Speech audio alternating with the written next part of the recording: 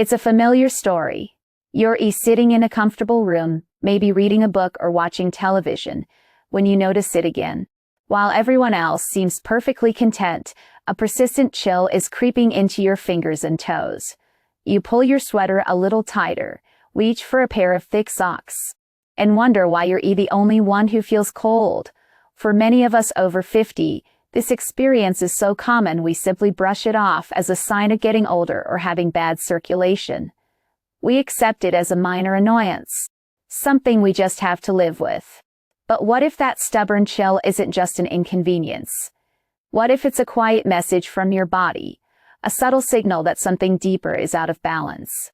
In traditional Chinese medicine, or TCM, we view the body as an interconnected whole. Symptoms like cold hands and feet are rarely isolated issues. Instead, they are clues, like signposts on a map, pointing toward an underlying pattern that needs gentle attention. Ignoring these signals is like ignoring the low minus fuel light in your car. You might be able to keep going for a little while, but eventually, the engine will sputter. Understanding what your body is trying to communicate is the first, most crucial step toward finding a lasting warmth that comes from within. Modern medicine often connects persistently cold extremities to specific conditions like anemia, a deficiency in vitamin B-12, an underactive thyroid, or circulatory issues like Raynaud's syndrome. These are important possibilities to explore with your doctor. TCM acknowledges these factors but takes a different perspective, looking at the body's overall energy and functional balance. It's less about a single diagnosis and more about identifying a pattern of disharmony. Think of it this way: if your home is cold, a modern approach might check if the radiator in one room is broken. A TCM approach would check if the main furnace is running low, if the pipes are blocked, or if the house simply lacks enough fuel to generate heat in the first place. This is why a solution that works for one person might not work for another. The key is to find the root cause of the chill. The three most common patterns TCM identifies behind cold hands and feet are a lack of warming energy, a blockage in circulation, or an overall energy deficit. Let's explore what these mean in simple terms. The first is what we call yang deficiency. Yang is your body's metabolic fire, the source of all warmth and activity. When your yang energy is weak, it's like the pilot light on your internal furnace has gone out. You don't just have cold hands and feet, you feel a deep seated cold throughout your body. You might feel fatigued, have a pale complexion, and find yourself naturally drawn to warm foods and drinks. The second pattern is blood stagnation. In this case, your body may have enough blood, but it's not flowing smoothly. It's like a traffic jam on the highway, preventing the warm, nutrient-rich blood from reaching the little side roads of your fingers and toes. This can cause a dull, achy feeling and sometimes even a slightly purplish tint to the skin. The third pattern is Qi deficiency. Qi is the vital energy that powers every function in your body, including the pumping of your heart. If you're low on Qi, the pump is weak. Your body simply doesn't have enough energy to push blood all the way to your extremities, resulting in a coldness that comes with deep exhaustion, a weak voice, and sometimes shortness of breath. I remember a woman, let's call her Mary, a retired teacher in her late 60s. She came to see me because her feet were like blocks of ice, especially at night, making it difficult to fall asleep. She also felt drained of energy by mid-afternoon and had lost her appetite. She had tried thicker socks and heated blankets, but the cold was coming from inside. Her pattern was a classic case of spleen, Qi and yang deficiency. Her body's kitchen stove wasn't working well enough to turn food into energy, and her internal furnace was low on fuel. We didn't do anything drastic. We started by swapping her morning glass of cold juice for a warm cup of ginger tea. We replaced her raw salads with warm, nourishing soups and gently cooked vegetables. She also began a daily practice of a short, slow walk after lunch. Within a few weeks, she noticed she wasn't as tired in the afternoons. After 2 months, she told me with a smile that she could finally fall asleep without 3 pairs of socks. It was a perfect example of steady progress through consistent care. So, how can you start to address these imbalances at home? It begins with gentle, consistent lifestyle adjustments that support your body's natural ability to create and circulate warmth. Let's look at a few key strategies based on TCM principles. First, let's talk about warming the internal furnace, which is essential for anyone with yang deficiency. The core idea is to stop adding cold to your system and start adding warmth.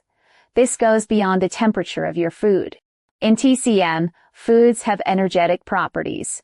Cooling foods include raw vegetables, salads, and most fruits, especially tropical ones like bananas and mangoes. Ice drinks are particularly damaging to your yang energy. Focus on foods that are energetically warming. Ginger is a powerhouse for this. A few fresh slices in hot water makes a wonderful daily tea.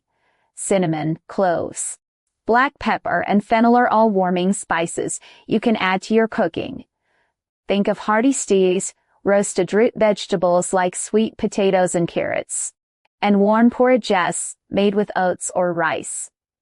This approach is like putting another log on your internal fire, providing the fuel your body needs to generate its own heat.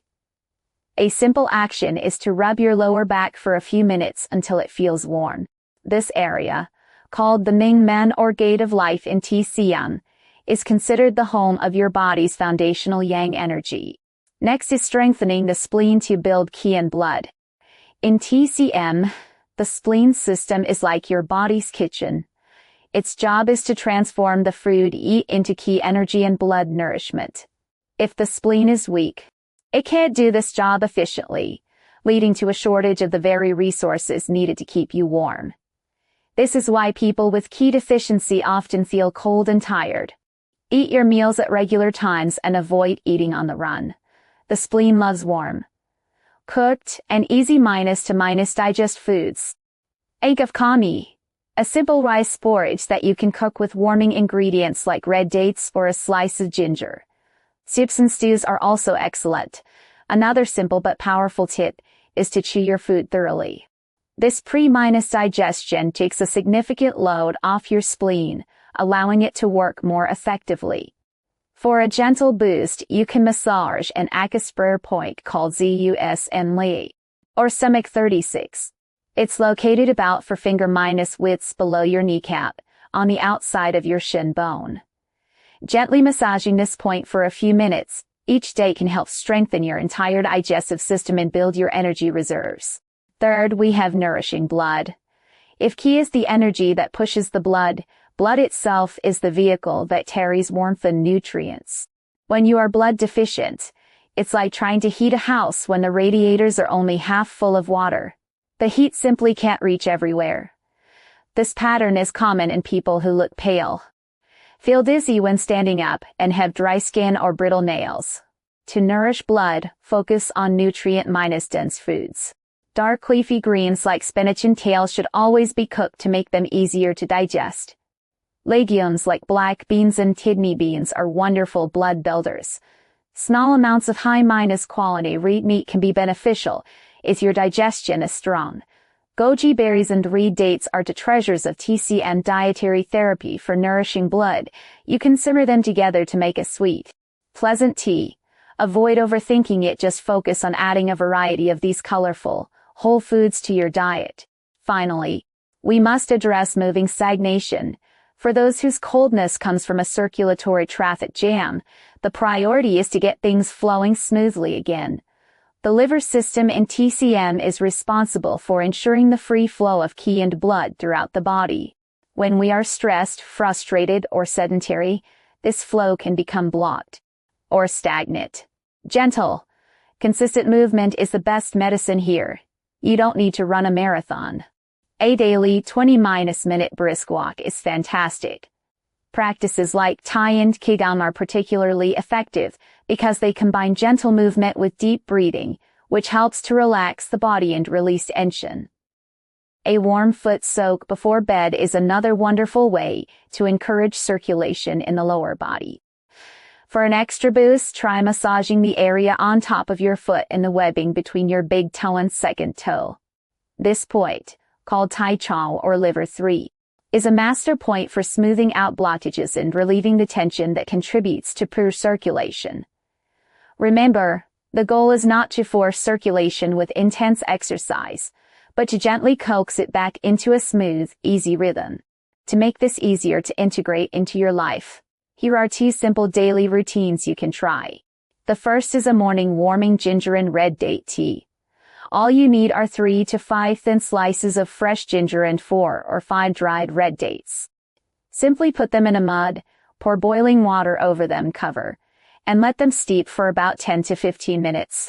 You can also simmer them on the stove for a richer flavor. The best time to drink this is in the morning or early afternoon. The ginger provides an immediate warming boost to your yang energy, while the red dates gently nourish your qi and blood. This tea is particularly helpful for those who feel cold, tired, and a bit weak. However, if you tend to feel hot, have a dry throat, or are experiencing signs of inflammation, you might want to avoid this or use less ginger. A good way to check if it's right for you is to notice how you feel after drinking it. If you feel a gentle, pleasant warmth spreading through your body, it's a great fit. If you feel jittery or uncomfortably hot, it may be too stimulating for you right now. The second routine is a nightly warming foot soak. This is incredibly simple and deeply comforting. Fill a basin or bucket with warm water, deep enough to cover your ankles. Add a large handful of Epsom salts, which helps relax muscles, and 5 or 6 slices of fresh ginger. If you have it, you can also add a small handful of dried mugwort leaf, a classic TCM herb known for its ability to warm the channels and move circulation. Stir everything until the salt is dissolved. Soak your feet for about 15 to 20 minutes, preferably an hour or so before bed. This practice is wonderful for almost everyone, especially those with cold feet from blood stagnation or yang deficiency. It draws energy downward, which can help calm a busy mind and promote restful sleep. The main precaution is to ensure the water is comfortably warm, not scalding hot, especially if you have sensitive skin or diabetes. After your soak, dry your feet thoroughly and put on a pair of warm socks. The self-check is simple. Do your feet feel warm and relaxed long after you've taken them out of the water? Does it help you unwind before sleep? If so, you've found a powerful ally for your health. One of the most common pitfalls I see is people trying a remedy simply because it worked for a friend or family member. Your neighbor might swear by a certain herb, but if the underlying pattern is different from yours, that same herb could make you feel worse. For instance, someone with excess heat might benefit from cooling mint tea, but for a person with yang deficiency, drinking that same tea would be like pouring water on their already weak internal fire. TCM is beautiful because it is personalized. It honors the fact that each of us has a unique constitution and a unique story. Copying what others do without understanding your own body's signals can lead to frustration and disappointment. This is why the most important first step is to become a gentle observer of your own body. Notice not just the coldness, but also your energy levels, your digestion, your sleep, and your mood. These are all part of the puzzle. Bringing lasting warmth back into your body is a gentle journey, not a race. It's about the small, consistent acts of care you give yourself every single day. Every warm meal you choose over a cold one. Every short walk you take, every quiet moment you spend breathing deeply, these are all victories. They are deposits into your health bank account, building a reserve of warmth and vitality that will serve you for years to come. Be patient and kind with yourself. Your body has an incredible capacity to heal and rebalance when given the right support. Have you noticed your hands and feet getting colder over the years? It's a very common experience, and you are not alone. Share this with a friend or family member who is always reaching for a blanket. It might be the insight they need to start feeling warmer from the inside out. I invite you to share your own experiences in the comments. Have you tried any of these methods? What have you noticed? Comment with the word WARMTH, and I'll share another simple tip to help you get started on your journey. True wellness is found in listening to the whispers of our bodies before they become shouts.